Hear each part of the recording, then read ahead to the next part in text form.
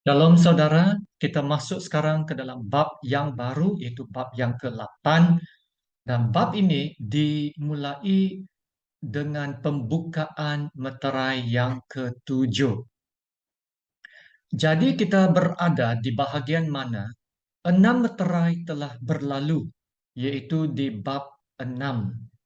Dan di antaranya ada selingan dalam bab 7.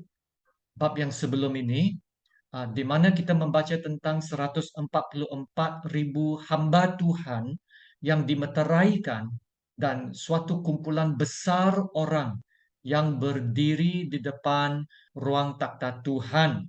Nah, inilah orang-orang yang keluar dari kesusahan besar dan mereka telah selamat dalam hadirat Tuhan. Ya, mereka menyembah Tuhan bersama dengan 24 para penatua dan 4 makhluk. Jadi sekarang bab 8 menyambung siri penghakiman Tuhan dengan pembukaan meterai yang ke-7, yaitu meterai yang terakhir. Nah, kita lihat ayat yang pertama. Dan ketika anak domba itu membuka meterai yang ke-7, maka sunyi senyaplah di syurga kira-kira setengah jam lamanya. Nah, anak domba, yaitu Yesus, telah membuka setiap meterai sejak bab 6.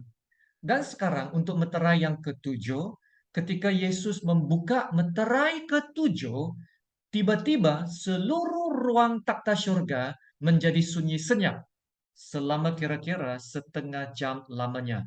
Nah, saudara, ini bukan perkara yang normal di syurga, ya, yaitu suasana yang diam selama setengah jam.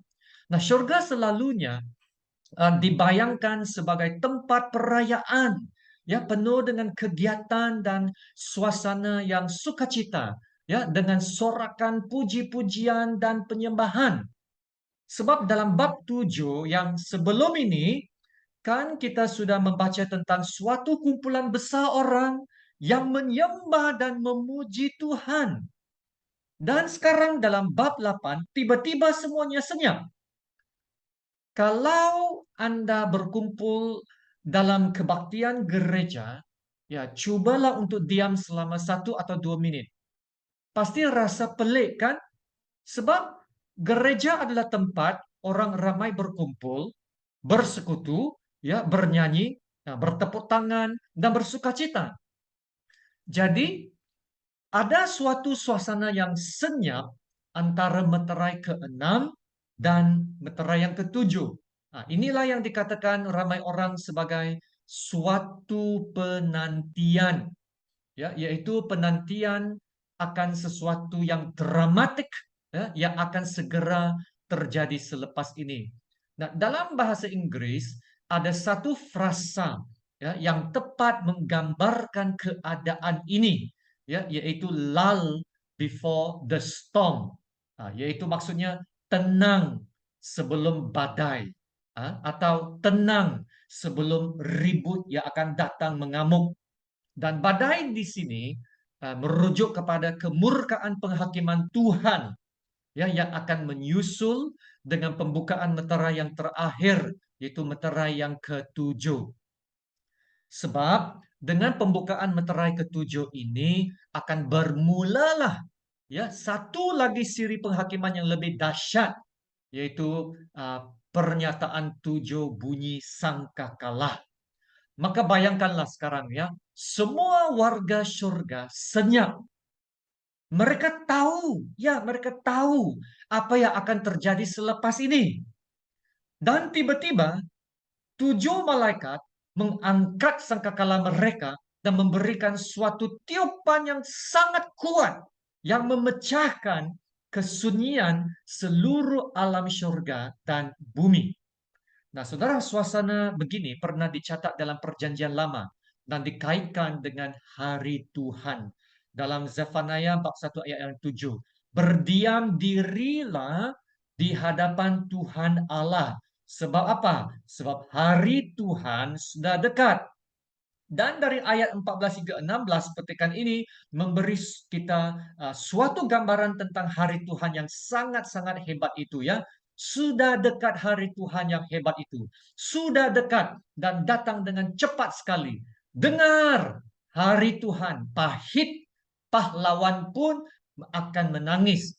Hari kegemasan hari itu. Hari kesusahan dan kesulitan. Hari kemusnahan dan pemusnahan, hari kegelapan dan kesuraman, hari berawan dan kelam, hari peniupan sangkakala, dan pekik tempur terhadap kota-kota yang berkubu dan terhadap menara penjuru yang tinggi. Nah, inilah satu gambaran itu ya. Nah, satu lagi alasan lain untuk masa diam ini, saya percaya adalah waktu bagi orang-orang kudus untuk berdoa. Ya, sebab Tuhan akan mencurahkan penghakimannya. Nah, ini akan menjadi suatu momen ya atau suatu saat yang sangat intens. Ya, ada perasaan simpati yang akan timbul ya terhadap penduduk-penduduk dunia yang akan dilanda penghakiman Tuhan itu. Ya, jadi ayat yang ketiga membaca, uh, maka datanglah seorang malaikat lain dan ia pergi berdiri dekat mezbah dengan sebuah pedupaan emas, dan kepadanya diberikan banyak kemenyan untuk dipersembahkannya bersama-sama dengan doa semua orang kudus di atas mezbah emas di hadapan takhta itu. Maka naiklah asap kemenyan bersama-sama dengan doa orang-orang kudus itu dari tangan malaikat itu ke hadapan Allah. Nah, beberapa bab sebelum ini dalam bab 5 ada disebutkan tentang cawan emas yang penuh dengan kemenyan ya yang merupakan doa orang-orang kudus. Dan dalam bab 6, 10, meterai yang kelima. Nah, kita juga melihat jiwa ramai orang-orang kudus yang berdoa ya dengan berseru, berapa lamakah lagi ya penguasa yang kudus dan benar, engkau tidak menghakimi dan tidak membalaskan darah kami kepada mereka yang diam di bumi. Nah, intinya adalah bahwa Tuhan mendengar doa-doa orang-orang kudus, dan penghakimannya akan datang itu mungkin merupakan jawaban kepada doa-doa mereka. Tuhan mendengar ratapan dan tangisan orang-orang kudus yang berseru kepada Tuhan. Ya, jadi saudara, jangan berhenti berdoa. Semua doa kita dikumpulkan dalam cawan emas, dan itu seperti kemenyan harum yang naik ke ruang takhta Tuhan. Maka jagalah kekudusan hidup kita ya, supaya doa kita, penyembahan kita, dan hidup kita akan terus berkenan kepada Allah Bapa. Ayat yang kelima, lalu malaikat itu mengambil pedupaan itu, mengisinya dengan api dari mezbah, dan melemparkannya ke bumi. Maka meledaklah bunyi gurau disertai halilintar dan gempa bumi. Saudara, dalam surat Wahyu, apabila Anda melihat adanya unsur-unsur api, bunyi gurau yang kuat, yang disertai halilintar dan gempa bumi, semuanya ini merujuk kepada penghakiman Tuhan. Maka ini adalah tanda-tanda yang Tuhan mau tunjukkan bahwa penghakimannya akan jatuh ke atas bumi.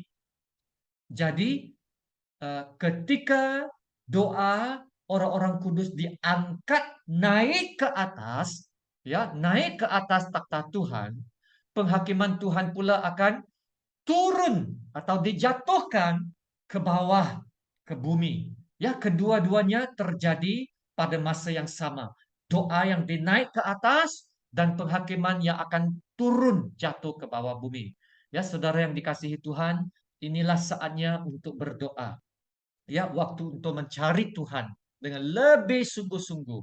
Ya, karena kita melihat hari Tuhan itu semakin dekat. Nah, itulah sebabnya Yesus memberikan amaran supaya kita terus hidup berjaga-jaga dan berdoa. Ayat yang ke-8, dan ketujuh malaikat yang memegang ketujuh sangkakala itu bersiap-siap untuk meniup sangkakala. Wah, saudara, inilah kengerian meterai ketujuh, ya, yaitu tujuh malaikat yang sudah mempersiapkan diri untuk meniupkan tujuh sangkakala itu.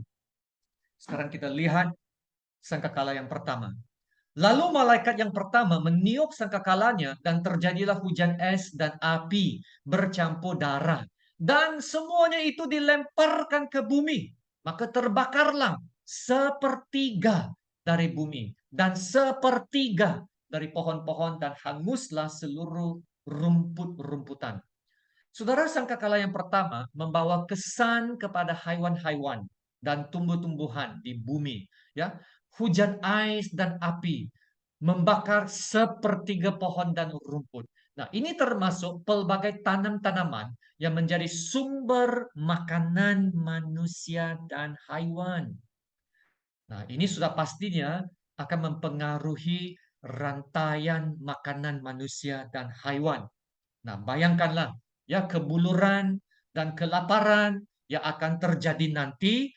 Nah, hasil dari penghakiman ini. Nah, begitu juga apabila terbakarnya sepertiga dari bumi, pohon-pohon, ya, yaitu hutan-hutan.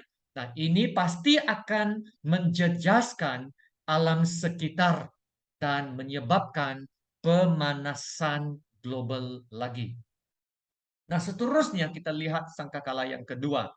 Ayat 8, lalu malaikat yang kedua meniup sangkakalanya dan ada sesuatu seperti gunung besar, ya, yang menyala-nyala oleh api dilemparkan ke dalam laut, dan sepertiga dari laut itu menjadi darah, dan matilah sepertiga dari segala makhluk yang bernyawa di dalam laut, dan binasalah sepertiga dari semua kapal. Sangkakala kedua akan mempengaruhi laut dan kehidupan laut. Nah, Yohanes melihat sesuatu yang seperti ya gunung besar yang menyala-nyala dengan api yang dilemparkan ke laut. Nah, mungkinkah ini seperti asteroid yang akan menabrak bumi? Ya, sebab memang ada ramalan dari para saintis ya bahwa akan ada asteroid yang akan menabrak bumi. Ya, tahukah Anda saudara bahwa baru-baru ini pada 2 Jun 2021 sebuah asteroid besar ya yang dianggap sangat berbahaya hampir-hampir saja ya menabrak bumi. Ya, asteroid yang bernama 21 ya, minta maaf 2021 KTI atau KT1 ya, terbang sekitar 4,5 juta batu di luar kawasan bumi ya, yang dianggap sebagai suatu close encounter ya, atau sangat-sangat menghampiri bumi kita.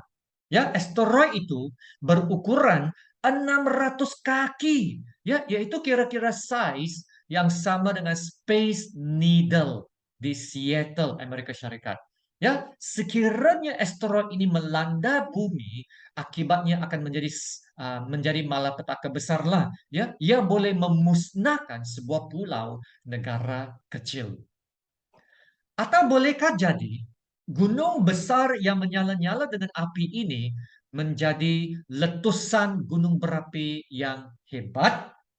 Nah, baiklah sama ada ia adalah asteroid, letusan gunung berapi, atau mana-mana objek angkasa, ya kesannya terhadap bumi adalah sangat-sangat membinasakan. Nah, dikatakan di sini bahwa 1/3 daripada kapal laut musnah. 1/3 daripada laut dan hidupan laut mati. Nah, ia seperti suatu mega tsunami lah ya. Sangkakala pertama tadi ya mempengaruhi sepertiga bumi.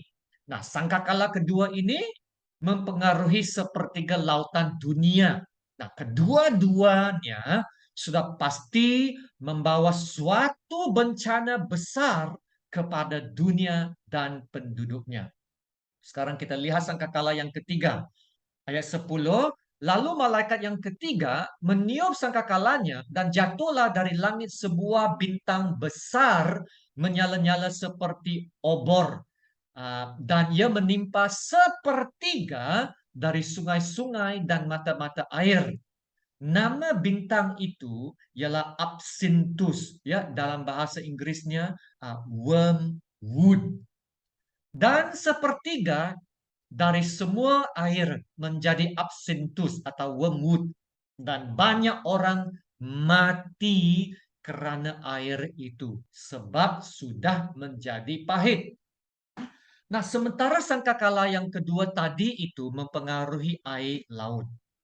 Sangkakala ketiga ini pula mempengaruhi sungai dan mata-mata air. Nah, ini merupakan sumber air minuman yang bersih. Ada air, tapi airnya tercemar. Dan mereka yang meminumnya akan mati. Ya, bayangkan sebuah negara atau suatu kawasan tanpa air bersih. Apa yang akan terjadi? Orang tak boleh masak, tak boleh basuh, tak boleh minum. Rakyat akan sangat menderita dan boleh jadi gila atau marah kalau tiada air. Nah, apa pula sekarang? Kalau minum air ini akan mati. Nah, sudah pastinya sangat sengsara lah ya. Nah, sudahlah ada kebuluran, ada kelaparan dari sangkakala yang satu dan dua tadi. Nah, sekarang ditimpa pula masalah tiada air.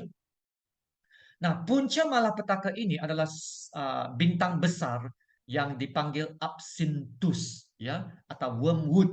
Nah, Absinthus ini pernah disebut dalam Perjanjian Lama, ya, ia adalah simbol penghakiman Tuhan. Ya, dalam Yeremia bab 23 ayat 14, ya, bangsa Israel telah berdosa kepada Tuhan. Ya, mereka berzina, berkelakuan tidak jujur, tidak ada seorang pun yang bertaubat. Ya, hidup mereka seperti Sodom dan Gomora. Lalu ayat 15 berkata, ya, sesungguhnya aku akan memberi mereka makan ipu dan minum racun, sebab dari para nabi Yerusalem telah meluas kefasikan ke seluruh negeri. Perkataan Absinthus telah menarik perhatian dunia pada tahun 80-an. Ya, terutamanya jika Anda telah dewasa di sekitar masa itu, Anda pasti pernah mendengar tentang bencana Chernobyl di Ukraina, ya. Pada 1986 April 26, ya, terjadinya letupan api yang dahsyat, ya, di loji kuasa nuklear, dan itu menyebabkan pelepasan kira-kira 8 tan radioaktif ke ruang udara, ya. Beribu-ribu orang mati dan terdedah kepada sinaran kimia atau radiasi yang berbahaya itu. Dan dilaporkan bahwa beribu-ribu pengguguran bayi, ya, sengaja dilakukan selepas kejadian itu, ya, karena dokter memberitahu mereka bahwa bayi mereka terdedah kepada radiasi dan boleh dilahirkan cacat. Dan beribu-ribu haiwan terpaksa disembelih, ya, untuk mengelak penularan jangkitan radioaktif ini. Nah, sekarang apa kaitan dengan sangkakala ketiga? Nah, tidak lama selepas kejadian Chernobyl itu pada Julai 1986, terdapat satu artikel, ya, yang diterbitkan dalam uh, surat kabar The New York Times yang ditulis oleh Sergei Shevman, bertajuk Chernobyl Fallout: Apocalyptic Tale and Fear. Nah, izinkan saya membaca sebahagian daripada artikel itu, ya. Uh, Seorang penulis terkenal Rusia baru-baru ini mengeluarkan sebuah Alkitab lama yang lusuh dan membaca dari surat Wahyu. Dengar, katanya, ini adalah luar biasa. Ya, saudara, dan dia mengutip ayat ini dalam Wahyu, ya. Lalu malaikat yang ketiga meniup sangkakalanya, dan jatuhlah dari langit sebuah bintang besar menyala-nyala seperti obor, dan ia menimpa sepertiga dari sungai-sungai dan mata-mata air. nama bintang itu ialah Absinthus atau wormwood.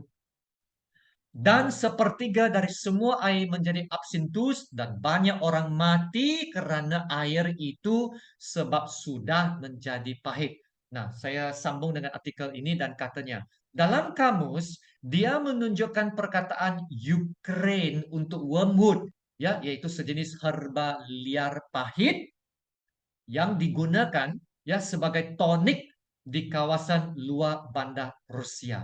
Nah, saudara, perkataan Ukraine untuk wormwood itu adalah Chernobyl.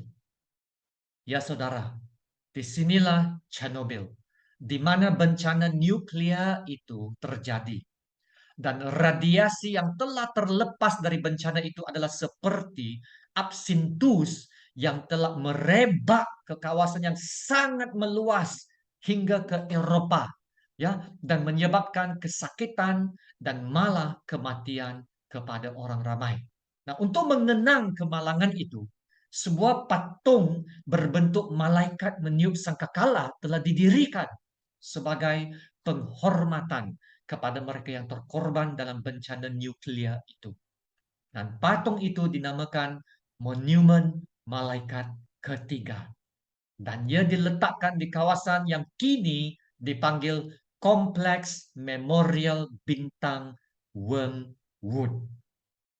Nah, adakah saya mengatakan bahwa bencana Chernobyl itu adalah sangkakala yang ketiga?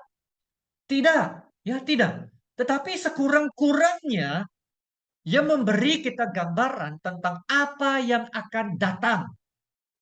Bencana Chernobyl sudah pasti membawa banyak kemudaratan. Ya, air dicemari dengan kepahitan dan boleh menyebabkan kematian kepada mereka yang meminumnya. Ya, jika bencana Chernobyl telah membawa impak yang begitu hebat, bolehkah Anda bayangkan kesan dan magnitude sebenar sangkakala yang ketiga ini? Wow. Malaikat yang keempat atau sangkakala yang keempat. Dalam ayat 12. Lalu malaikat yang keempat meniup sangkakalanya dan terpukullah sepertiga dari matahari dan sepertiga dari bulan dan sepertiga dari bintang-bintang.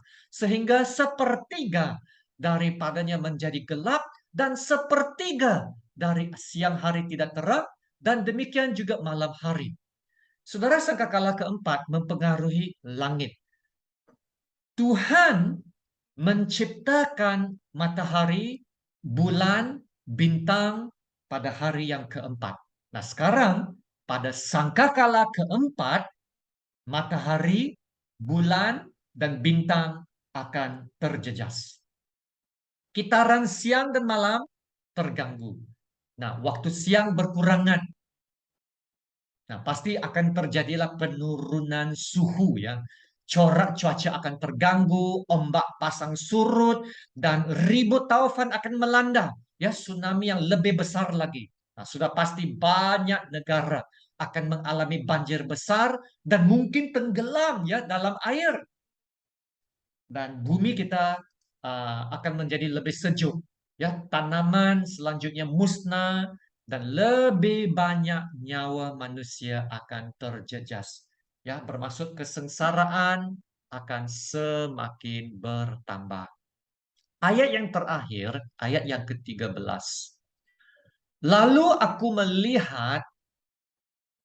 mendengar seekor burung nasar terbang di tengah langit dan berkata dengan suara nyaring, celaka, celaka, celakalah mereka yang diam di atas bumi oleh kerana bunyi sangkakala ketiga malaikat lain yang masih akan meniup sangkakalanya. Nah, perhatikan bahwa perkataan celaka diulang 3 kali. Ya, dan itu mewakili 3 sangkakala yang terakhir. Baki 3 sangkakala yang terakhir itu akan membawa kemusnahan yang lebih besar lagi. Ya, dalam bahasa Inggris kata the worst is yet to come. Nah, 4 sangkakala yang pertama akan mengakibatkan kemusnahan besar kepada seluruh sistem yang mendukung atau meneruskan kehidupan di bumi. 3 sangkakala yang terakhir yang akan datang, yang akan kita lihat dalam bab seterusnya, bab 9, akan secara langsung mempengaruhi manusia di bumi. Nah, saudara, kalau Anda memberi perhatian kepada bab ini, satu perkataan yang berulang beberapa kali dan saya sengaja tekankan ialah perkataan sepertiga. Sepertiga pohon, sepertiga daripada makhluk hidup di laut, sepertiga daripada kapal, sepertiga daripada air minuman, langit dan sebagainya. Ya, sepertiga. Kenapa disebut beberapa kali perkataan sepertiga? Nah, ia adalah untuk menunjukkan bahwa Allah berkuasa atas penghakimannya. Nah, ini adalah belas kasihan Tuhan, ya, yang hanya mempengaruhi sepertiga, ya, untuk memberi amaran kepada dunia yang memberontak untuk bertaubat. Ya, sebelum penghakimannya lebih dahsyat lagi yang akan dinyatakan. Ya, saudara, buat masa ini Tuhan lebih banyak menyelamatkan daripada menghakimi. Amin. Jadi apa yang kita belajar? Nah, bab ini sudah pasti menimbulkan kebimbangan apabila kita melihat kemusnahan yang begitu besar dan kesengsaraan yang akan melanda bumi dan bagaimana seluruh penduduk dunia itu akan terjejas. Nah, bagi kita, terutamanya yang lemah semangat, janganlah kita dicengkam ketakutan. Ya, tetapi ingatlah ya saudara, ingatlah apa yang diceritakan di awal bab 9 ini. Ya, di mana surga tenang atau diam selama setengah jam. Dan doa orang-orang kudus dipersembahkan kepada Tuhan pada masa itu. Nah, bagaimanakah sikap rohani kita hari ini? Saya percaya, saudara, inilah masanya Tuhan memanggil umatnya untuk berundur kepadanya, ya, untuk mengundur diri ke bilik atau ke suatu tempat pribadi untuk berdoa, prayer closet lah ya, untuk mencari Tuhan dengan lebih sungguh-sungguh, untuk merenungkan hal-hal rohani, ya, untuk bersendirian dengan Tuhan dan menanti-nantikan Tuhan dan mendengar apa yang Tuhan ingin bicara ke dalam hidup kita. Nah, saudara, bagaimana sikap kita dan kesungguhan kita beribadah di hadapan hadirat Allah yang kudus di bilik doa kita akan tercermin dalam kehidupan seharian kita. Yaitu apa yang kita terima dari Tuhan dalam masa-masa kita bersama Tuhan, ya, itu akan kita hidupkan dalam kehidupan seharian kita. Ya, kedua-duanya berkaitan, yaitu kehidupan pribadi kita bersama Tuhan dan kehidupan kita di alam dunia. Nah, sekiranya hidup kita tidak diimpak oleh Tuhan, tidak diimpak oleh firman Tuhan, ya, tidak diimpak oleh kebenaran Tuhan. Ya, bagaimanakah kita dapat menjadi impak kepada orang-orang sekeliling kita dan community kita? Dan bagaimana kita dapat bertahan berdepan dengan pencobaan-pencobaan dan godaan-godaan dunia yang semakin menarik dan memperdayakan? Ya, saudara. Jadi, bolehkah saya mendorong kita semua? Kita harus memperuntukkan masa untuk mencari Tuhan. Ya saudara, mencari Tuhan dengan masuk ke hadiratnya dalam kerendahan hati, dalam ketenangan, dalam kekudusan, membaca firman Tuhan, dan menerima pengisian daripadanya. Supaya kamu dapat keluar ke dunia dengan lebih kuat dan tidak perlu takut. Amin. Ya, seperti Daud juga berkata dalam Mazmur 34 ayat 5, "Aku telah mencari Tuhan, lalu Ia menjawab aku," amin, "dan melepaskan aku dari segala kegentaranku," yaitu melepaskan kita daripada semua yang kita takuti. Ya, saudara, kita harus memperuntukkan masa untuk mencari Tuhan, mencari masa untuk diam di dalam hadiratnya, ya, masuk ke dalam hadiratnya, menantikan Tuhan, diisi, ya, diisi semula, dan keluarlah menjadi lebih kuat dalam iman kita. Amin. Mari kita berdoa. Bapa kami yang di sorga, Bapa yang kami sembah, Bapa yang kami kasihi dalam Tuhan Yesus. Terima kasih Allah Bapa untuk firman-Mu.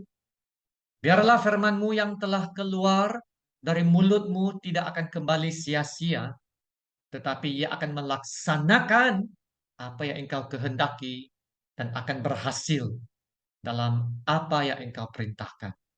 Ya Tuhan, kiranya roh Engkau menggerakkan hati kami. Goncanglah jiwa kami, supaya kami akan sentiasa menginginkan Yesus, desire Jesus, merindukan Yesus. Dan supaya kami akan lebih memikirkan hal-hal yang rohani, hal-hal yang dari kerajaan Tuhan. Dan kiranya Tuhan kasih karunia dan kuasa Engkau ya Tuhan akan menolong kami untuk mematikan segala yang duniawi dalam diri kami, supaya kami dapat hidup bijaksana, dapat hidup dalam kekudusan, dapat hidup dalam perbenaran dalam dunia yang penuh kefasikan dan kejahatan ini. Ya, supaya Tuhan kami akan menjadi pengaruh dan bukan sebaliknya yang dipengaruhi. Untuk itu ya Bapak, tolonglah kami untuk masuk ke dalam hadirat-Mu, mencari Engkau dengan lebih sungguh-sungguh, supaya kami mendapat pengisian kuasa, pengisian firman, pengisian kebenaran, supaya Tuhan kami dapat keluar menjadi lebih kuat, menjadi lebih fokus, lebih sensitif kepada gerakan Roh Kudus-Mu. Ya Tuhan, terima kasih. Terima kasih ya Bapa sekali lagi untuk firman-Mu, firman-Mu yang hidup, firman-Mu yang berkuasa, firman-Mu yang dapat mengubah hidup kami, firman-Mu yang dapat menyucikan, membersihkan, menguduskan, memperbaharui kami. Haleluya, haleluya. Terima kasih Tuhan. Maka tolonglah kami Tuhan untuk menjadi pelaku firman-Mu yang setia dan bukan sekadar mendengar dan tidak melakukannya. Haleluya. Kepada Allah Bapa dan Tuhan Yesus, dalam nama Yesus Kristus kami berdoa dan ucap syukur. Amin. Ya saudara, sekian saja dan terima kasih, dan semoga Tuhan memberkati engkau dan melindungi engkau. Tuhan menyinari engkau dengan wajahnya dan memberi engkau kasih karunia-Nya, dan Tuhan menghadapkan wajahnya kepadamu dan memberikan engkau damai sejahtera. Amin.